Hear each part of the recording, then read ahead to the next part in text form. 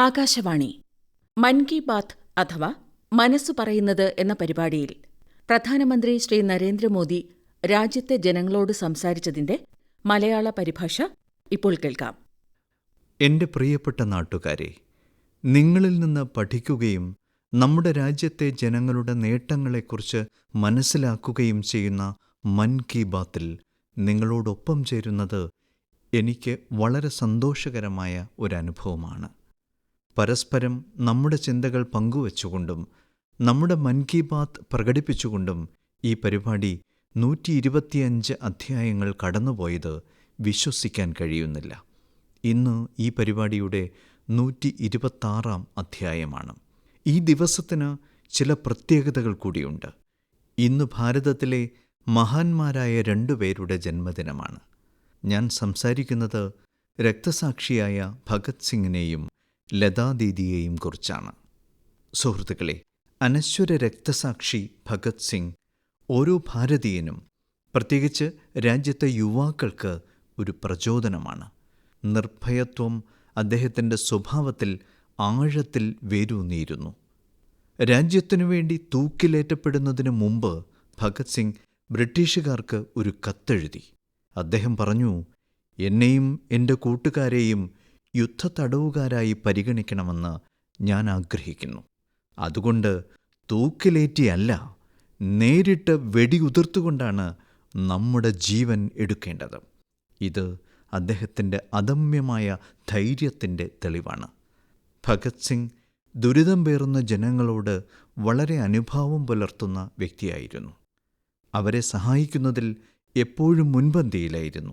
രക്തസാക്ഷിയായ ഭഗത് സിംഗിന് ഞാൻ ആദരപൂർവ്വം ശ്രദ്ധാഞ്ജലി അർപ്പിക്കുന്നു.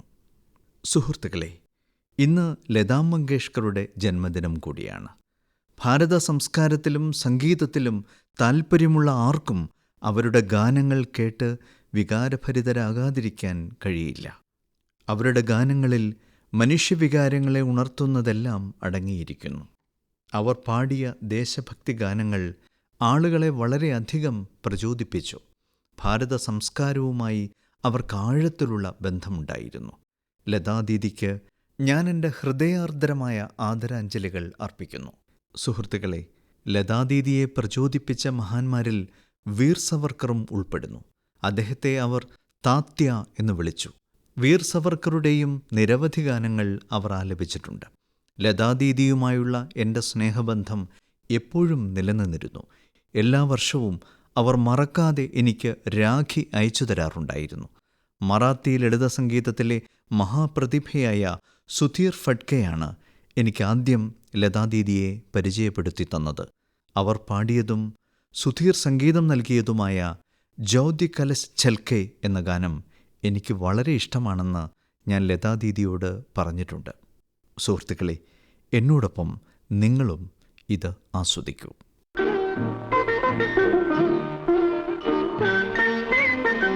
ज्योति कलश छलके, ज्योति कलश छलके, ज्योति कलश छलके, ज्योति कलश छलके, वे गुलाबी लाल सुनहरे रंग दल बादल के, ज्योति कलश छलके. എൻ്റെ പ്രിയപ്പെട്ട നാട്ടുകാരെ, നവരാത്രിയുടെ ഈ സമയത്ത് ഞങ്ങൾ ശക്തിയെ ആരാധിക്കുന്നു. നാം സ്ത്രീ ശക്തിയെ ആഘോഷിക്കുന്നു. വ്യവസായം മുതൽ കായികം വരെ, വിദ്യാഭ്യാസം മുതൽ ശാസ്ത്രം വരെ, ഏതു മേഖലയിലായാലും നമ്മുടെ രാജ്യത്തിലെ പെൺമക്കൾ എല്ലായിടത്തും വെന്നിക്കൊടി പാറിക്കുന്നു. ഇന്ന് സങ്കല്പിക്കാൻ പോലും പ്രയാസമുള്ള വെല്ലുവിളികളെ അവർ മറികടക്കുന്നു. ഞാൻ നിങ്ങളോട് ചോദിക്കട്ടെ, നിങ്ങൾക്ക് 8 മാസം തുടർച്ചയായി കടലിൽ തങ്ങാൻ കഴിയുമോ? ഒരു പായ്വഞ്ചിയിൽ, അതായത് കാറ്റിൻ്റെ വേഗതയിൽ സഞ്ചരിക്കുന്ന ഒരു വഞ്ചിയിൽ, അതും കടലിലെ കാലാവസ്ഥ എപ്പോൾ വേണമെങ്കിലും മോശമാകാമെന്നിരിക്കെ നിങ്ങൾക്ക് 50,000 കിലോമീറ്റർ സഞ്ചരിക്കാൻ കഴിയുമോ? ഇത് ചെയ്യുന്നതിന് മുമ്പ് നിങ്ങൾ 1000 തവണ ചിന്തിക്കും. പക്ഷേ ഭാരതീയ നാവികസേനയിലെ ധീരരായ 2 ഉദ്യോഗസ്ഥർ നാവികസാഗർ പരിക്രമയിലൂടെ ഇത് സാക്ഷാത്കരിച്ചു. ധൈര്യവും ദൃഢനിശ്ചയവും എന്താണെന്ന് അവർ തെളിയിച്ചു. ഇന്ന് മൻ കി ബാത്ത് ശ്രോതാക്കൾക്ക് ഈ 2 സാഹസികരായ ഉദ്യോഗസ്ഥരെ പരിചയപ്പെടുത്താൻ ഞാൻ ആഗ്രഹിക്കുന്നു. ഒരാൾ ലഫ്റ്റനന്റ് കമാൻഡർ ദിൽനയാണ്. മറ്റൊരാൾ ലഫ്റ്റനന്റ് കമാൻഡർ രൂപയാണ്. ഈ 2 ഉദ്യോഗസ്ഥരും നമ്മോടൊപ്പം ലൈനിലുണ്ട്. ഹലോ. Hello sir. നമസ്കാരം. നമസ്കാരം സർ. ഇപ്പോൾ ലഫ്റ്റനന്റ് കമാൻഡർ ദിൽനയും ലഫ്റ്റനന്റ് കമാൻഡർ രൂപയും എന്നോടൊപ്പം ലൈനിലുണ്ടല്ലോ. ഉണ്ട് സർ, രണ്ടുപേരും ഉണ്ട്. നിങ്ങൾ 2 പേർക്കും നമസ്കാരം. വണക്കം. വണക്കം സർ. നമസ്കാരം സർ.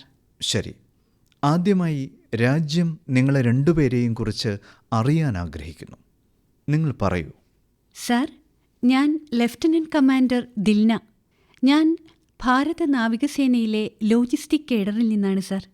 ഞാൻ 2014 നാവികസേനയിൽ കമ്മീഷൻഡായി. സർ, ഞാൻ കേരളത്തിലെ കോഴിക്കോട്ടുകാരിയാണ്. എൻ്റെ അച്ഛൻ ആർമിയിലായിരുന്നു. എൻ്റെ അമ്മ ഒരു വീട്ടമ്മയാണ്. എൻ്റെ ഭർത്താവും ഭാരതീയ നാവികസേനയിൽ ഒരു ഉദ്യോഗസ്ഥനാണ് സർ. എൻ്റെ സഹോദരി NCCയിൽ ജോലി ചെയ്യുന്നു. ജയ് ഹിന്ദ് സർ. ഞാൻ ലഫ്റ്റനന്റ് കമാൻഡർ രൂപ. ഞാൻ 2017 നേവൽ ആർമമെന്റ് ഇൻസ്പെക്ഷൻ കേഡറിൽ ചേർന്നു. എൻ്റെ അച്ഛൻ തമിഴ്നാട്ടുകാരനാണ്. എൻ്റെ അമ്മ പോണ്ടിച്ചേരിക്കാരിയാണ്. എൻ്റെ അച്ഛൻ വ്യോമസേനയിലായിരുന്നു സർ. വാസ്തവത്തിൽ ഡിഫൻസിൽ ചേരാൻ അദ്ദേഹമാണ് എനിക്ക് പ്രേരണയായത്. എൻ്റെ അമ്മ ഒരു വീട്ടമ്മയായിരുന്നു. ശരി ദിൽന, രൂപ, സാഗർ പരിക്രമയിലെ നിങ്ങളുടെ അനുഭവത്തെക്കുറിച്ച് അറിയാൻ രാജ്യം ആഗ്രഹിക്കുന്നു. ഇത് എളുപ്പമല്ലെന്ന് എനിക്കുറപ്പുണ്ട്. നിങ്ങൾ നിരവധി ബുദ്ധിമുട്ടുകൾ നേരിട്ടിട്ടുണ്ടാകണം. നിങ്ങൾക്ക് നിരവധി പ്രയാസങ്ങൾ തരണം ചെയ്യേണ്ടി വന്നിട്ടുണ്ടാകണം. അതെ സർ. സർ, നമ്മുടെ ജീവിതത്തെ മാറ്റിമറിക്കുന്ന ഒരവസരം ജീവിതത്തിൽ ഒരിക്കൽ നമുക്ക് ലഭിക്കുമെന്ന് ഞാൻ അങ്ങയോട് പറയാൻ ആഗ്രഹിക്കുന്നു. ഈ സർക്കം നാവിഗേഷൻ ഭാരത നാവികസേനയും ഭാരത സർക്കാരും ഞങ്ങൾക്ക് നൽകിയ അത്തരമൊരവസരമായിരുന്നു. ഈ പര്യവേഷണത്തിൽ ഞങ്ങൾ ഏകദേശം 47,500 കിലോമീറ്റർ സഞ്ചരിച്ചു സർ. ഞങ്ങൾ 2024 ഒക്ടോബർ 2 ഗോവയിൽ നിന്ന് പുറപ്പെട്ട് 2025 മെയ് 29 തിരിച്ചെത്തി. ഈ പര്യവേഷണം പൂർത്തിയാക്കാൻ 238 ദിവസങ്ങളെടുത്തു സർ. 238 ദിവസങ്ങളിലും ഞങ്ങൾ 2 പേരും മാത്രമായിരുന്നു സർ. ഓഹോ. സർ, ഈ പര്യവേഷണത്തിനായി ഞങ്ങൾ 3 വർഷത്തെ തയ്യാറെടുപ്പ് നടത്തി. നാവിഗേഷൻ മുതൽ കമ്മ്യൂണിക്കേഷൻ എമർജൻസി ഡിവൈസസ് എങ്ങനെ പ്രവർത്തിപ്പിക്കാം, ഡൈവിംഗ് എങ്ങനെ ചെയ്യാം, ബോട്ടിലെ ഏത് തരത്തിലുള്ള അടിയന്തരാവസ്ഥയും എങ്ങനെ കൈകാര്യം ചെയ്യാം, ഉദാഹരണത്തിന് ഒരു മെഡിക്കൽ എമർജൻസി എങ്ങനെ കൈകാര്യം ചെയ്യാം, ഇതിൻ്റെയൊക്കെ എല്ലാം പരിശീലനം ഭാരത നാവികസേന ഞങ്ങൾക്ക് നൽകി സർ. സർ, ഈ യാത്രയിലെ ഏറ്റവും അവിസ്മരണീയമായ നിമിഷത്തെക്കുറിച്ച് പറയട്ടെ. അത് പോയിന്റ് നീമോയിൽ ഞങ്ങൾ ഭാരത പതാക ഉയർത്തി എന്നതാണ്. പോയിന്റ് നീമോ ലോകത്തിലെ ഏറ്റവും വിദൂര സ്ഥലമാണ് സർ. അതിനോട് ഏറ്റവും അടുത്ത മനുഷ്യവാസമുണ്ടെങ്കിൽ അത് അന്താരാഷ്ട്ര ബഹിരാകാശ നിലയത്തിലാണ്. ഒരു പായ് വഞ്ചിയിൽ അവിടെ എത്തിയ ആദ്യ ഭാരതീയരും ആദ്യ ഏഷ്യക്കാരും ലോകത്തിലെ ആദ്യത്തെ വ്യക്തികളും ഞങ്ങളാണ് സർ. ഇത് ഞങ്ങൾക്ക് അഭിമാനകരമായ കാര്യമാണ്. വാവ്, നിങ്ങൾക്കൊത്തിരി അഭിനന്ദനങ്ങൾ. നന്ദി സർ. നിങ്ങളുടെ സഹപ്രവർത്തകയ്ക്കും എന്തെങ്കിലും പറയാനുണ്ടാകുമല്ലോ. സർ, പായ്വഞ്ചിയിൽ ലോകം ചുറ്റിയ ആളുകളുടെ എണ്ണം മൗണ്ട് എവറസ്റ്റ് കീഴടക്കിയവരുടെ എണ്ണത്തെ അപേക്ഷിച്ച് കുറവാണ്. വാസ്തവത്തിൽ ഒരു പായ്വഞ്ചിയിൽ സർക്കം നാവിഗേഷൻ നടത്തുന്ന ആളുകളുടെ എണ്ണം ബഹിരാകാശത്ത് പോയ ആളുകളുടെ എണ്ണത്തേക്കാൾ കുറവാണ്. ശരി, ഇത്രയും സങ്കീർണമായ ഒരു യാത്രയ്ക്ക് വളരെ വലിയ ടീം വർക്ക് ആവശ്യമാണ്. ടീമിൽ നിങ്ങൾ 2 ഓഫീസർമാർ മാത്രമേ ഉണ്ടായിരുന്നുള്ളൂ. നിങ്ങളത് എങ്ങനെ കൈകാര്യം ചെയ്തു? അതെ സർ, ഇത്തരമൊരു യാത്രയ്ക്ക് ഞങ്ങൾ 2 പേർക്കും ഒരുമിച്ച് കഠിനാധ്വാനം ചെയ്യേണ്ടി വന്നു. ലഫ്റ്റനന്റ് കമാൻഡർ ദിൽന പറഞ്ഞതുപോലെ ഇത് നേടാൻ ഞങ്ങൾ 2 പേർ മാത്രമേ ബോട്ടിലുണ്ടായിരുന്നുള്ളൂ. ഞങ്ങൾ തന്നെയായിരുന്നു ബോട്ട് റിപ്പയർ ചെയ്യുന്നവർ. എഞ്ചിൻ മെക്കാനിക്കുകളും ഞങ്ങൾ തന്നെ. സെയിൽ മേക്കർ, മെഡിക്കൽ അസിസ്റ്റന്റ്, പാചകക്കാർ, ക്ലീനർമാർ, ഡ്രൈവർമാർ, നാവിഗേറ്റർമാർ എല്ലാം. ഭാരതീയ നാവികസേന ഞങ്ങളുടെ ഈ നേട്ടത്തിന് വലിയ സംഭാവന നൽകി. അവർ ഞങ്ങൾക്ക് എല്ലാത്തരം പരിശീലനങ്ങളും നൽകി. വാസ്തവത്തിൽ സർ, ഞങ്ങൾ 4 വർഷമായി ഒരുമിച്ച് കപ്പൽ യാത്ര ചെയ്യുന്നു. അതിനാൽ ഞങ്ങൾക്ക് ഞങ്ങളുടെ കരുത്തും ബലഹീനതയും നന്നായി അറിയാം. അതുകൊണ്ടാണ് ഞങ്ങളുടെ വഞ്ചിയിൽ ഒരിക്കലും പരാജയപ്പെടാത്ത ഒരു ഉപകരണമുണ്ടായിരുന്നു എന്ന് ഞങ്ങൾ പറയുന്നത്. അത് ഞങ്ങളുടെ ടീം വർക്കാണ്. ശരി, കാലാവസ്ഥ മോശമായിരുന്നപ്പോൾ, കാരണം കടലിൻ്റെ കാലാവസ്ഥ പ്രവചനാതീതമാണല്ലോ, നിങ്ങൾ ആ സാഹചര്യം എങ്ങനെ കൈകാര്യം ചെയ്തു? സർ, ഞങ്ങളുടെ യാത്രയിൽ പ്രതികൂല സാഹചര്യങ്ങളുണ്ടായിരുന്നു. ഈ പര്യവേഷണത്തിൽ ഞങ്ങൾക്ക് നിരവധി വെല്ലുവിളികൾ നേരിടേണ്ടി വന്നു. പ്രത്യേകിച്ച് സർ, സതേൺ ഓഷ്യനിൽ കാലാവസ്ഥ എപ്പോഴും മോശമാണ്. 3 കൊടുങ്കാറ്റുകൾ ഞങ്ങൾക്ക് നേരിടേണ്ടി വന്നു. സർ, ഞങ്ങളുടെ ബോട്ടിന് 17 മീറ്റർ നീളവും 5 മീറ്റർ വീതിയും മാത്രമേ ഉണ്ടായിരുന്നുള്ളൂ. ചിലപ്പോഴൊക്കെ 3 നില കെട്ടിടത്തേക്കാൾ വലിയ തിരമാലകൾ വന്നു സർ. ഞങ്ങളുടെ യാത്രയിൽ ഞങ്ങൾ കടുത്ത ചൂടും അതിശൈത്യവും നേരിട്ടിട്ടുണ്ട് സർ. ഞങ്ങൾ അന്റാർട്ടിക്കയിൽ യാത്ര ചെയ്യുമ്പോൾ താപനില 1 ഡിഗ്രി സെൽഷ്യസ് ആയിരുന്നു. മണിക്കൂറിൽ 90 കിലോമീറ്റർ വേഗതയിലുള്ള കാറ്റിനെ നേരിടേണ്ടി വന്നു. തണുപ്പിൽ നിന്ന് രക്ഷ നേടാനായി ഞങ്ങൾ 6-7 ലെയർ വസ്ത്രങ്ങൾ ധരിച്ചിരുന്നു. ഞങ്ങൾ മുഴുവൻ സതേൺ ഓഷ്യനും മുറിച്ചു കടന്നത് അത്തരം 7 ലെയർ വസ്ത്രങ്ങളും ധരിച്ചാണ് സർ. ചിലപ്പോഴൊക്കെ ഞങ്ങൾ ഗ്യാസ് സ്റ്റവ് ഉപയോഗിച്ച് കൈകൾ ചൂടാക്കുമായിരുന്നു. ചിലപ്പോൾ തീരെ കാറ്റില്ലാത്ത സാഹചര്യങ്ങളും ഉണ്ടായി. അപ്പോൾ പായ പൂർണ്ണമായും താഴ്ത്തി ഞങ്ങൾ ഒഴുക്കിനൊത്ത് നീങ്ങിക്കൊണ്ടിരുന്നു.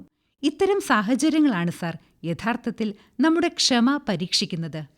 നമ്മുടെ രാജ്യത്തെ പെൺകുട്ടികൾ ഇത്തരം സാഹസിക ദൗത്യങ്ങൾ ഏറ്റെടുക്കുന്നുണ്ടെന്ന് കേൾക്കുമ്പോൾ ആളുകൾ അത്ഭുതപ്പെടും. ഈ സഞ്ചാരവേളയിൽ നിങ്ങൾ പല രാജ്യങ്ങളിലും തങ്ങിയിട്ടുണ്ടല്ലോ. അവിടെ നിങ്ങൾക്ക് എന്തായിരുന്നു അനുഭവം? ഭാരതത്തിൻ്റെ 2 പെൺമക്കളെ കാണുമ്പോൾ ആളുകളുടെ മനസ്സിൽ അനവധി ചിന്തകൾ ഉണ്ടായിരുന്നിരിക്കണം. അതെ സർ, ഞങ്ങൾക്ക് മികച്ച അനുഭവമുണ്ടായി. സർ, 8 മാസത്തിനുള്ളിൽ ഞങ്ങൾ 4 സ്ഥലങ്ങളിൽ തങ്ങി.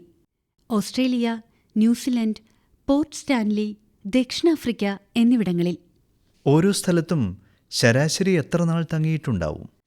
സർ, ഞങ്ങൾ ഓരോ സ്ഥലത്തും 14 ദിവസം തങ്ങി സർ. ഒരിടത്ത് 14 ദിവസം? Correct sir. ലോകത്തിന്റെ എല്ലാ കോണിലും ഞങ്ങൾ ഭാരതീയരെ കണ്ടു. വളരെ ക്രിയാത്മകമായും ആത്മവിശ്വാസത്തോടെയും അവർ ഭാരതത്തിന്റെ യശസ്സ് വർദ്ധിപ്പിക്കുന്നത് ഞങ്ങൾ കണ്ടു. ഞങ്ങളുടെ വിജയം അവർ സ്വന്തം വിജയമായി കണക്കാക്കുന്നതായി തോന്നി. ഓരോ ഇടത്തും ഞങ്ങൾക്ക് വ്യത്യസ്തമായ അനുഭവങ്ങളുണ്ടായി. ഓസ്ട്രേലിയയിലെ പോലെ വെസ്റ്റേൺ ഓസ്ട്രേലിയൻ പാർലമെന്റ് സ്പീക്കർ ഞങ്ങളെ ക്ഷണിച്ചു. അദ്ദേഹം ഞങ്ങളെ വളരെയധികം പ്രചോദിപ്പിച്ചു. ഞങ്ങൾക്ക് വളരെ അഭിമാനം തോന്നുന്ന കാര്യങ്ങളാണ് നടന്നത്. ഞങ്ങൾ ന്യൂസിലൻഡിൽ പോയപ്പോൾ മാവൂരി ജനത ഞങ്ങളെ സ്വാഗതം ചെയ്യുകയും നമ്മുടെ ഭാരത സംസ്കാരത്തോട് വലിയ ബഹുമാനം കാണിക്കുകയും ചെയ്തു സർ. ഒരു പ്രധാന കാര്യം പറയാം സർ. പോർട്ട് സ്റ്റാൻലി ഒരു വിദൂര ദ്വീപാണ് സർ. ഇത് തെക്കേ അമേരിക്കയ്ക്കടുത്താണ്. അവിടെ ആകെ ജനസംഖ്യ 3500 മാത്രമാണ് സർ. പക്ഷെ അവിടെ ഞങ്ങളൊരു കൊച്ചു ഭാരതം കണ്ടു. അവിടെ 45 ഭാരതീയർ ഉണ്ടായിരുന്നു. അവർ ഞങ്ങളെ സ്വന്തമായി കരുതി സ്വന്തം വീട്ടിലെപ്പോലെ അനുഭവം പകർന്നു നൽകി സർ. ശരി, നിങ്ങളെപ്പോലെ വ്യത്യസ്തമായി എന്തെങ്കിലും ചെയ്യാൻ ആഗ്രഹിക്കുന്ന രാജ്യത്തെ പെൺമക്കൾക്ക് നിങ്ങൾ 2 പേരും എന്തു സന്ദേശമാണ് നൽകാൻ ആഗ്രഹിക്കുന്നത്? സർ, ഞാൻ ലഫ്റ്റനന്റ് കമാൻഡർ രൂപയാണ്. ആരെങ്കിലും നിറഞ്ഞ മനസ്സോടെ കഠിനാധ്വാനം ചെയ്താൽ ഈ ലോകത്തൊന്നും അസാധ്യമല്ലെന്ന് ഞാൻ എല്ലാവരോടും പറയാൻ ആഗ്രഹിക്കുന്നു. നിങ്ങൾ എവിടെ നിന്നാണ്, എവിടെയാണ് ജനിച്ചത് എന്നത് പ്രശ്നമല്ല സർ. ഭാരതത്തിലെ ചെറുപ്പക്കാരും സ്ത്രീകളും വലിയ സ്വപ്നങ്ങൾ കാണണമെന്നും ഭാവിയിൽ എല്ലാ പെൺകുട്ടികളും സ്ത്രീകളും പ്രതിരോധം, കായികം, സാഹസികത എന്നിവയിലൂടെ രാജ്യത്തിന് യശസ്സ് കൊണ്ടുവരണമെന്നുമുള്ളത് ഞങ്ങൾ 2 പേരുടെയും ആഗ്രഹമാണ്. ദിൽന, രൂപ, നിങ്ങളുടെ വാക്കുകൾ കേൾക്കുമ്പോൾ നിങ്ങൾ കാണിച്ച അപാരമായ ധൈര്യത്തിൽ ഞാൻ പുളകിതനാകുന്നു. നിങ്ങൾ 2 പേർക്കും എൻ്റെ ഹൃദയംഗമമായ നന്ദി. നിങ്ങളുടെ വിജയം, നേട്ടങ്ങൾ നിസ്സംശയമായും രാജ്യത്തെ യുവാക്കളെയും സ്ത്രീകളെയും പ്രചോദിപ്പിക്കും. ഇതുപോലെ ത്രിവർണ പതാക പാറിക്കുന്നത് തുടരുക. നിങ്ങളുടെ ഭാവി ശ്രമങ്ങൾക്ക് എൻ്റെ മംഗളാശംസകൾ. നന്ദി സർ. വളരെ നന്ദി. വണക്കം. നമസ്കാരം. നമസ്കാരം സർ. സുഹൃത്തുക്കളെ, നമ്മുടെ ഉത്സവങ്ങൾ ഭാരത സംസ്കാരത്തെ സജീവമായി നിലനിർത്തുന്നു. ദീപാവലിക്ക് ശേഷം വരുന്ന ഒരു പുണ്യ ഉത്സവമാണ് ഛഠ് പൂജ. സൂര്യദേവന് സമർപ്പിതമായ ഈ മഹോത്സവം സവിശേഷമാണ്. ഇതിൽ ഞങ്ങൾ അസ്തമയ സൂര്യന് നിവേദ്യം അർപ്പിക്കുകയും ആരാധിക്കുകയും ചെയ്യുന്നു. ഛഠ് രാജ്യത്തിൻ്റെ വിവിധ ഭാഗങ്ങളിൽ മാത്രമല്ല, ലോകമെമ്പാടും ആഘോഷിക്കപ്പെടുന്നു. ഇന്നിത് ഒരാഗോള ഉത്സവമായി മാറിക്കൊണ്ടിരിക്കുകയാണ്. സുഹൃത്തുക്കളെ, ഛഠ് പൂജയുമായി ബന്ധപ്പെട്ട് ഭാരത സർക്കാരും ഒരു വലിയ ശ്രമത്തിൽ ഏർപ്പെട്ടിരിക്കുന്നുണ്ടെന്ന് നിങ്ങളെ അറിയിക്കുന്നതിൽ എനിക്ക് വളരെ സന്തോഷമുണ്ട്. ഛഠ് പൂജയെ യുനെസ്കോയുടെ ഇൻടാഞ്ചിബിൾ കൾച്ചറൽ ഹെറിറ്റേജ് ലിസ്റ്റ്, അതായത് അദൃശ്യ സാംസ്കാരിക പൈതൃക പട്ടികയിൽ ഉൾപ്പെടുത്താൻ ഭാരത സർക്കാർ ശ്രമിക്കുന്നു. ഛഠ് പൂജയെ യുനെസ്കോ പട്ടികയിൽ ഉൾപ്പെടുത്തുമ്പോൾ ലോകത്തിൻ്റെ എല്ലാ കോണുകളിലുമുള്ള ആളുകൾക്ക് അതിൻ്റെ മഹത്വവും ദിവ്യത്വവും മനസ്സിലാക്കാൻ കഴിയും. സുഹൃത്തുക്കളെ, കുറച്ചുകാലം മുമ്പ് ഭാരത സർക്കാരിൻ്റെ സമാനമായ ശ്രമങ്ങൾ കാരണം കൊൽക്കത്തയിലെ ദുർഗാപൂജയും ഈ യുനെസ്കോ പട്ടികയിൽ ഉൾപ്പെടുത്തി. നമ്മുടെ സാംസ്കാരിക പരിപാടികൾക്ക് ആഗോളതലത്തിൽ അംഗീകാരം ലഭിച്ചാൽ ലോകം അവയെക്കുറിച്ച് പഠിക്കുകയും മനസ്സിലാക്കുകയും അവയിൽ പങ്കെടുക്കാൻ മുന്നോട്ട് വരികയും ചെയ്യും. സുഹൃത്തുക്കളെ, ഒക്ടോബർ 2 ഗാന്ധി ജയന്തിയാണ്. സ്വദേശി ഉൽപ്പന്നങ്ങൾ സ്വീകരിക്കണമെന്ന് ഗാന്ധിജി എപ്പോഴും ഊന്നിപ്പറഞ്ഞിരുന്നു. അവയിൽ ഖാദി മുൻപന്തിയിലായിരുന്നു. നിർഭാഗ്യവശാൽ സ്വാതന്ത്ര്യാനന്തരം ഖാദിയുടെ ആകർഷണീയത മങ്ങുകയായിരുന്നു. എന്നാൽ കഴിഞ്ഞ 11 വർഷമായി രാജ്യത്തെ ജനങ്ങൾക്ക് ഖാദിയോടുള്ള താൽപ്പര്യം വർദ്ധിച്ചു. കഴിഞ്ഞ കുറച്ച് വർഷങ്ങളായി ഖാദി വിൽപ്പനയിൽ ഗണ്യമായ വർധനവ് കണ്ടിട്ടുണ്ട്. ഒക്ടോബർ 2 ഏതെങ്കിലും ഒരു ഖാദി ഉൽപ്പന്നം വാങ്ങണമെന്ന് ഞാൻ എല്ലാവരോടും അഭ്യർത്ഥിക്കുന്നു. അത് തദ്ദേശീയമാണെന്ന് അഭിമാനത്തോടെ പ്രഖ്യാപിക്കുക. വോക്കൽ ഫോർ ലോക്കൽ എന്ന ഹാഷ്ടാഗോടെ സോഷ്യൽ മീഡിയയിൽ ഇത് പങ്കുവയ്ക്കുക. സുഹൃത്തുക്കളെ, ഖാദി പോലെ തന്നെ നമ്മുടെ കൈത്തറി കരകൗശല മേഖലകളിലും ഗണ്യമായ മാറ്റങ്ങൾ വന്നിട്ടുള്ളത് കാണാം.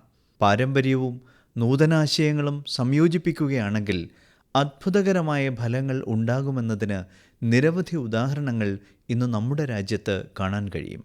തമിഴ്നാട്ടിലെ യാഴ് നാച്ചുറൽസ് ഇതിനൊരു ഉദാഹരണമാണ്. ഇവിടെ അശോക് ജഗദീശനും പ്രേം സെൽവരാജും തങ്ങളുടെ കോർപ്പറേറ്റ് ജോലികൾ ഉപേക്ഷിച്ച് ഒരു പുതിയ സംരംഭത്തിന് തുടക്കമിട്ടു. പുല്ലും വാഴനാരും ഉപയോഗിച്ച് യോഗ മാറ്റുകൾ നിർമ്മിച്ചു. ഹെർബൽ ഡൈകൾ ഉപയോഗിച്ച് വസ്ത്രങ്ങൾ ചായം പൂശി 200 കുടുംബങ്ങൾക്ക് പരിശീലനം കൊടുത്ത് തൊഴിൽ നൽകി. ജാർഖണ്ഡിലെ ആശിഷ് സത്യവർത്ത് സാഹു ജോഹർ ഗ്രാം ബ്രാൻഡിലൂടെ ഗോത്ര നെയ്ത്തും വസ്ത്രങ്ങളും ആഗോളതലത്തിൽ എത്തിച്ചു. അദ്ദേഹത്തിൻ്റെ ശ്രമങ്ങളിലൂടെ മറ്റു രാജ്യങ്ങളിലെ ആളുകളും ജാർഖണ്ഡിൻ്റെ സാംസ്കാരിക പൈതൃകത്തെക്കുറിച്ച് ബോധവാന്മാരായി. ബീഹാറിലെ മധുബനി ജില്ലയിൽ നിന്നുള്ള സ്വീറ്റി കുമാരിയും സങ്കൽപ് ക്രിയേഷൻ ആരംഭിച്ചു. മിഥില പെയിൻറ്റിങ്ങിനെ സ്ത്രീകളുടെ ഉപജീവന മാർഗമാക്കി അവർ മാറ്റി. ഇന്ന് 500-ലധികം ഗ്രാമീണ സ്ത്രീകൾ അവരുമായി ചേർന്ന് സ്വാശ്രയത്വത്തിലേക്കുള്ള പാതയിൽ മുന്നേറുന്നു. ഈ വിജയഗാഥകളെല്ലാം നമ്മെ പഠിപ്പിക്കുന്നത് നമ്മുടെ പാരമ്പര്യങ്ങളിൽ നിരവധി വരുമാന സ്രോതസ്സുകൾ ഉണ്ടെന്നാണ്. ഇച്ഛാശക്തി ഉറച്ചതാണെങ്കിൽ വിജയം നമ്മെ കൈവിടില്ല. എൻ്റെ പ്രിയപ്പെട്ട നാട്ടുകാരെ, കുറച്ച് ദിവസങ്ങൾക്കുള്ളിൽ നമ്മൾ വിജയദശമി ആഘോഷിക്കും. ഈ വിജയദശമി സവിശേഷമാകാൻ മറ്റൊരു കാരണം കൂടിയുണ്ട്. രാഷ്ട്രീയ സ്വയം സേവക സംഘം സ്ഥാപിതമായതിൻ്റെ 100ാം വാർഷികമാണ് ഈ ദിവസം.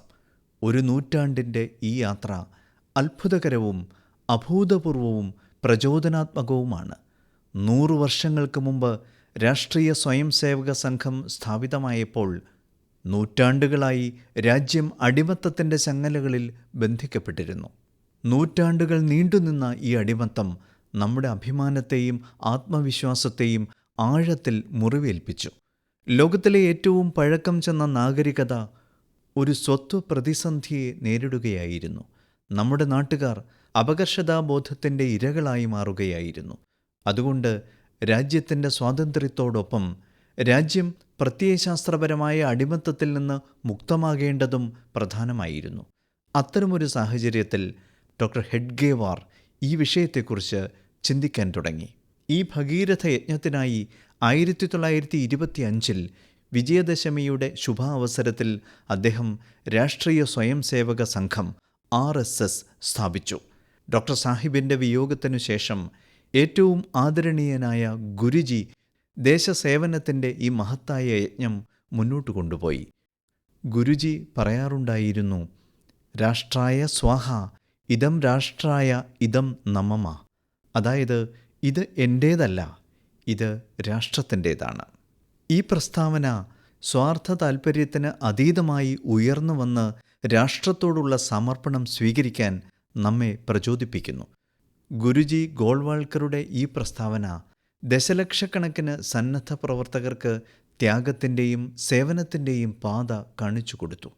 ത്യാഗത്തിൻ്റെയും സേവനത്തിൻ്റെയും ആത്മാവും അത് പഠിപ്പിക്കുന്ന അച്ചടക്കവുമാണ് സംഘത്തിൻ്റെ യഥാർത്ഥ ശക്തി. ഇന്ന് 100 വർഷത്തിലേറെയായി RSS അക്ഷീണം നിരന്തരം ദേശസേവനത്തിൽ ഏർപ്പെട്ടിരിക്കുന്നു. അതുകൊണ്ടാണ് രാജ്യത്ത് എവിടെ ഒരു പ്രകൃതി ദുരന്തം സംഭവിച്ചാലും ആദ്യം എത്തിച്ചേരുന്നത് RSS വോളണ്ടിയർമാരാണെന്ന് നാം കാണുന്നത്. ലക്ഷോപലക്ഷം വോളണ്ടിയർമാരുടെ ഓരോ പ്രവൃത്തിയിലും പരിശ്രമത്തിലും രാഷ്ട്രം ആദ്യം, നേഷൻ ഫസ്റ്റ് എന്ന ഈ മനോഭാവം എപ്പോഴും പരമപ്രധാനമാണ്. ദേശസേവനത്തിൻ്റെ മഹത്തായ യജ്ഞത്തിനായി സ്വയം സമർപ്പിക്കുന്ന ഓരോ വോളണ്ടിയർക്കും ഞാൻ എൻ്റെ ആശംസകൾ നേരുന്നു. എൻ്റെ പ്രിയപ്പെട്ട നാട്ടുകാരെ, അടുത്ത മാസം ഒക്ടോബർ 7 മഹർഷി വാൽമീകി ജയന്തിയാണ്. വാൽമീകി മഹർഷിയോട് ഭാരത സംസ്കാരം എത്രത്തോളം കടപ്പെട്ടിരിക്കുന്നുവെന്ന് നമുക്കെല്ലാവർക്കും അറിയാം. ശ്രീരാമൻ്റെ അവതാര കഥകൾ ഇത്രയും വിശദമായി നമുക്ക് പരിചയപ്പെടുത്തിയത് മഹർഷി വാൽമീകിയാണ്. രാമായണം പോലൊരു മഹത്തായ ഗ്രന്ഥം അദ്ദേഹം മനുഷ്യരാശിക്ക് നൽകി. സുഹൃത്തുക്കളെ, രാമായണത്തിൻ്റെ ഈ സ്വാധീനം അതിൽ ഉൾക്കൊള്ളുന്ന ശ്രീരാമൻ്റെ ആദർശങ്ങളും മൂല്യങ്ങളും മൂലമാണ്. ഭഗവാൻ ശ്രീരാമൻ സേവനം, സമഭാവന, കരുണ എന്നിവയിലൂടെ എല്ലാവരെയും ആശ്ലേഷിച്ചു. അതുകൊണ്ടാണ് മഹർഷി വാൽമീകിയുടെ രാമായണത്തിലെ രാമൻ ശബരിമാതാവിനോടും നിഷാദരാജനോടും കൂടി പൂർണ്ണത കൈവരിക്കുന്നത്. സുഹൃത്തുക്കളെ, അതുകൊണ്ടാണ് അയോധ്യയിൽ രാമക്ഷേത്രം പണിതപ്പോൾ അതിനോട് ചേർന്ന് നിഷാദരാജൻ്റെയും മഹർഷി വാൽമീകിയുടെയും ക്ഷേത്രങ്ങൾ നിർമ്മിച്ചത്. രാംലല്ല സന്ദർശിക്കാൻ നിങ്ങൾ അയോധ്യയിലേക്ക് പോകുമ്പോൾ മഹർഷി വാൽമീകിയുടെയും നിഷാദരാജൻ്റെയും ക്ഷേത്രങ്ങൾ സന്ദർശിക്കണമെന്ന് ഞാൻ നിങ്ങളോട് അഭ്യർത്ഥിക്കുന്നു. എൻ്റെ പ്രിയപ്പെട്ട നാട്ടുകാരെ, കല, സാഹിത്യം, സംസ്കാരം എന്നിവയെക്കുറിച്ചുള്ള ഏറ്റവും സവിശേഷമായ കാര്യം അവ ഏതെങ്കിലും ഒരു മേഖലയിൽ മാത്രം ഒതുങ്ങി നിൽക്കുന്നില്ല എന്നതാണ്. അവയുടെ സുഗന്ധം എല്ലാ അതിരുകളെയും മറികടക്കുകയും ജനമനസ്സുകളെ സ്പർശിക്കുകയും ചെയ്യുന്നു. അടുത്തിടെ പാരീസിലെ ഒരു സാംസ്കാരിക സ്ഥാപനമായ സൗന്ദ് മണ്ഡപ അതിൻ്റെ 50 വർഷം പൂർത്തിയാക്കി. ഭാരതീയ നൃത്തകലയെ ജനപ്രിയമാക്കുന്നതിൽ ഈ കേന്ദ്രം ഗണ്യമായ സംഭാവന നൽകിയിട്ടുണ്ട്. കുറച്ച് വർഷങ്ങൾക്ക് മുമ്പ് പത്മശ്രീ ലഭിച്ച മിലേന സാൽവിനിയാണ് ഇത് സ്ഥാപിച്ചത്. സൗന്ദ് മണ്ഡപവുമായി ബന്ധപ്പെട്ട എല്ലാവരെയും ഞാൻ ഹൃദയപൂർവ്വം അഭിനന്ദിക്കുകയും അവരുടെ ഭാവി ശ്രമങ്ങൾക്ക് എല്ലാ ആശംസകളും നേരുകയും ചെയ്യുന്നു. സുഹൃത്തുക്കളെ, ഞാനിപ്പോൾ നിങ്ങൾക്കായി 2 ചെറിയ ഓഡിയോ ക്ലിപ്പുകൾ പ്ലേ ചെയ്യുന്നു. ദയവായി അവ ശ്രദ്ധിക്കുക. दयालु सितकिन सितना मिनिहा कौरुंदो मसबंदे मिनिहा गन सोंदिने नैनु वेदो बिंद कुदुसितुवे दयालु सितकिन सितना मिनिहा कौरुंदो मसबंदे मिनिहा गन सोंदिने. ഇപ്പോൾ രണ്ടാമത്തെ ക്ലിപ്പ് കൂടി കേൾക്കൂ.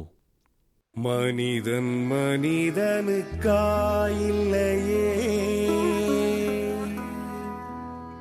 மற்றதுதான் இங்கு கவலைப்படும் கருணையுள்ளத்தில் பரவிடவே அன்பு செய்வாய் நீ என் தோழா. மனிதன் மனிதனுக்காயில்லையே, மற்றதுதான் இங்கு கவலைப்படும் കരുണയുള്ളത്തിൽ പരവിടവേ. സുഹൃത്തുക്കളെ, ഭൂപേൻ ഹസാരികയുടെ ഗാനങ്ങൾ ലോകമെമ്പാടുമുള്ള വിവിധ രാജ്യങ്ങളെ എങ്ങനെ ബന്ധിപ്പിക്കുന്നു എന്നതിന് ഇവ സാക്ഷ്യം നൽകുന്നു. വാസ്തവത്തിൽ ശ്രീലങ്കയിൽ വളരെ പ്രശംസനീയമായ ഒരു ശ്രമം നടന്നിട്ടുണ്ട്. ഇതിൽ ഭൂപേൻ ദായുടെ പ്രശസ്തമായ മനുഹേ മനോഹർ ബാബേ എന്ന ഗാനം ഉൾപ്പെടുന്നു. ഇത് ശ്രീലങ്കൻ കലാകാരന്മാർ സിംഹളയിലേക്കും തമിഴിലേക്കും വിവർത്തനം ചെയ്തിട്ടുണ്ട്. ഇതിൻ്റെ ഓഡിയോ ഞാൻ നിങ്ങൾക്കായി പ്ലേ ചെയ്തിട്ടുണ്ട്. കുറച്ച് ദിവസങ്ങൾക്ക് മുമ്പ് അസമിൽ അദ്ദേഹത്തിൻ്റെ ജന്മശതാബ്ദി ആഘോഷങ്ങളിൽ പങ്കെടുക്കാൻ എനിക്ക് ഭാഗ്യം ലഭിച്ചു. അത് ശരിക്കും ഒരു അവിസ്മരണീയ സംഭവമായിരുന്നു. സുഹൃത്തുക്കളെ, കുറച്ച് ദിവസങ്ങൾക്ക് മുമ്പ് അസം ഭൂപേൻ ഹസാരികയുടെ ജന്മശതാബ്ദി ആഘോഷിക്കുമ്പോൾ ഒരു ദുഃഖകരമായ കാര്യം കൂടി സംഭവിക്കാൻ ഇടയായി. സുബീൻ ഗർഗിൻ്റെ അകാല വിയോഗത്തിൽ ആളുകൾ ദുഃഖിതരാണ്. രാജ്യമെമ്പാടും തൻ്റെ വ്യക്തിമുദ്ര പതിപ്പിച്ച പ്രശസ്ത ഗായകനായിരുന്നു സുബീൻ ഗർഗ്. അസമീസ് സംസ്കാരവുമായി അദ്ദേഹത്തിന് ആഴത്തിലുള്ള ബന്ധമുണ്ടായിരുന്നു. സുബീർ ഗർഗ് എപ്പോഴും നമ്മുടെ ഓർമ്മകളിൽ നിലനിൽക്കും. അദ്ദേഹത്തിൻ്റെ മാസ്മരിക സംഗീതം വരും തലമുറകളെ ആകർഷിക്കും. സുബീൻ ഗർഗ് ആസിൽ അഹൗമോർ ഹമോസ് കൃതിർ ഉജ്ജോൾ രതനോ ജനോതാർ ഹൃദയോത് തെയോ ഹൃദയ ജിയാ ധാക്കീബോ. സുബീൻ ആസാം സംസ്കാരത്തിലെ കോഹിനൂർ ആയിരുന്നു. അദ്ദേഹത്തിൻ്റെ ഭൗതിക ശരീരം നമ്മുടെ കൂടെ ഇല്ലെങ്കിലും അദ്ദേഹം നമ്മുടെ മനസ്സുകളിൽ എന്നെന്നും നിലനിൽക്കും. സുഹൃത്തുക്കളെ, കുറച്ച് ദിവസങ്ങൾക്ക് മുമ്പ് നമ്മുടെ രാജ്യത്തിന് ഒരു മികച്ച ദാർശനികനും തത്വചിന്തകനുമായ എസ്.എൽ. ഭൈരപ്പയെ നഷ്ടപ്പെട്ടു. എനിക്ക് ഭൈരപ്പയുമായി വ്യക്തിപരമായ ബന്ധമുണ്ടായിരുന്നു. വിവിധ അവസരങ്ങളിൽ ഞങ്ങൾ നിരവധി വിഷയങ്ങളിൽ ആഴത്തിലുള്ള സംഭാഷണങ്ങൾ നടത്തിയിട്ടുണ്ട്. അദ്ദേഹത്തിൻ്റെ കൃതികൾ യുവതലമുറയുടെ ചിന്തകൾക്ക് വഴികാട്ടിയായിരിക്കും. അദ്ദേഹത്തിൻ്റെ അനേകം കന്നഡ ഭാഷാകൃതികളുടെ വിവർത്തനങ്ങൾ ലഭ്യമാണ്. നമ്മുടെ വേരുകളെക്കുറിച്ചും സംസ്കാരത്തെക്കുറിച്ചും അഭിമാനിക്കേണ്ടതിൻ്റെ പ്രാധാന്യം അദ്ദേഹം നമ്മെ പഠിപ്പിച്ചു. എസ്.എൽ. ഭൈരപ്പയ്ക്ക് ഞാൻ എൻ്റെ ഹൃദയാർദ്രമായ ആദരാഞ്ജലികൾ അർപ്പിക്കുന്നു. യുവതലമുറയോട് അദ്ദേഹത്തിൻ്റെ കൃതികൾ വായിക്കണമെന്ന് അഭ്യർത്ഥിക്കുകയും ചെയ്യുന്നു. എൻ്റെ പ്രിയപ്പെട്ട നാട്ടുകാരെ, ഇനി അങ്ങോട്ട് ഒന്നിനു പിറകെ ഒന്നായി ഉത്സവങ്ങളും സന്തോഷങ്ങളും വരാനിരിക്കുന്നു. എല്ലാ ഉത്സവവേളകളിലും നാം ധാരാളം ഷോപ്പിംഗ് നടത്തുന്നു. ഇത്തവണ GST സേവിംഗ് ഫെസ്റ്റിവലും നടക്കുന്നുണ്ട്. സുഹൃത്തുക്കളെ, ഒരു ഉറച്ച തീരുമാനമെടുക്കുന്നതിലൂടെ നമുക്ക് നമ്മുടെ ഉത്സവങ്ങളെ കൂടുതൽ സവിശേഷമാക്കാൻ കഴിയും. തദ്ദേശീയ ഉൽപ്പന്നങ്ങൾ മാത്രം ഉപയോഗിച്ച് ഇത്തവണ ഉത്സവങ്ങൾ ആഘോഷിക്കാൻ നമ്മൾ ദൃഢനിശ്ചയം എടുത്താൽ നമ്മുടെ ആഘോഷങ്ങളുടെ തിളക്കം പല മടങ്ങ് വർദ്ധിക്കുന്നതായി കാണാൻ കഴിയും. വോക്കൽ ഫോർ ലോക്കൽ എന്നത് നിങ്ങളുടെ ഷോപ്പിംഗ് മന്ത്രമാക്കുക. നമ്മുടെ രാജ്യത്ത് നിർമ്മിക്കുന്ന സാധനങ്ങൾ മാത്രമേ നാം വാങ്ങുകയുള്ളൂ എന്ന് ദൃഢനിശ്ചയമെടുക്കുക. നമ്മുടെ നാട്ടുകാർ നിർമ്മിക്കുന്നത് മാത്രമേ നാം വീട്ടിലേക്ക് കൊണ്ടുപോവുകയുള്ളൂ. നമ്മുടെ നാട്ടിലെ പൗരൻ്റെ കഠിനാധ്വാനം കൊണ്ടുണ്ടാക്കിയ സാധനങ്ങൾ മാത്രമേ നാം ഉപയോഗിക്കുകയുള്ളൂ. നമ്മൾ ഇങ്ങനെ ചെയ്യുമ്പോൾ ഒരു സാധനം വാങ്ങുക മാത്രമല്ല, ഒരു കുടുംബത്തിന് പ്രതീക്ഷ നൽകുകയും ചെയ്യുന്നു. ഒരു കരകൗശല വിദഗ്ധൻ്റെ കഠിനാധ്വാനത്തെ ബഹുമാനിക്കുന്നു. ഒരു യുവ സംരംഭകൻ്റെ സ്വപ്നങ്ങൾക്ക് ചിറകുകൾ നൽകുന്നു. സുഹൃത്തുക്കളെ, ഉത്സവ അവസരങ്ങളിൽ നാം എല്ലാവരും നമ്മുടെ വീടുകൾ വൃത്തിയാക്കുന്ന തിരക്കിലാണ്. എന്നാൽ ശുചിത്വം വീടിൻ്റെ 4 ചുവരുകളിൽ മാത്രം ഒതുങ്ങരുത്. തെരുവ്, പ്രദേശം, കമ്പോളം, ഗ്രാമം എന്നിങ്ങനെ എല്ലായിടത്തും ശുചിത്വം വരുത്തേണ്ടത് നമ്മുടെ ഉത്തരവാദിത്തമായി മാറണം. സുഹൃത്തുക്കളെ, നമ്മുടെ നാട്ടിൽ ഇപ്പോൾ ആഘോഷങ്ങളുടെ കാലമാണ്. ദീപാവലി ഒരു തരത്തിൽ ഒരു മഹോത്സവമാണ്. വരാനിരിക്കുന്ന ദീപാവലിക്ക് നിങ്ങൾക്ക് എല്ലാവിധ ആശംസകളും നേരുന്നു. അതേസമയം നാം സ്വയം പര്യാപ്തരാകണമെന്നും രാജ്യത്തെ സ്വയം പര്യാപ്തമാക്കണമെന്നും അതിലേക്കുള്ള പാത സ്വദേശിയിലൂടെ മാത്രമാണെന്നും ഞാൻ ആവർത്തിക്കുന്നു. സുഹൃത്തുക്കളെ, ഇത്തവണ മൻ കി ബാത്തിൽ ഇത്രമാത്രം. പുതിയ കഥകളും പ്രചോദനങ്ങളുമായി അടുത്ത മാസം നമ്മൾ വീണ്ടും ഒത്തുചേരും. അതുവരെ നിങ്ങൾക്കെല്ലാവർക്കും ആശംസകൾ. വളരെ നന്ദി. മൻ കി ബാത്ത് അഥവാ മനസ്സു പറയുന്നത് എന്ന പരിപാടിയിൽ പ്രധാനമന്ത്രി ശ്രീ നരേന്ദ്രമോദി രാജ്യത്തെ ജനങ്ങളോട് സംസാരിച്ചതിന്റെ മലയാള പരിഭാഷയാണ് കേട്ടത്.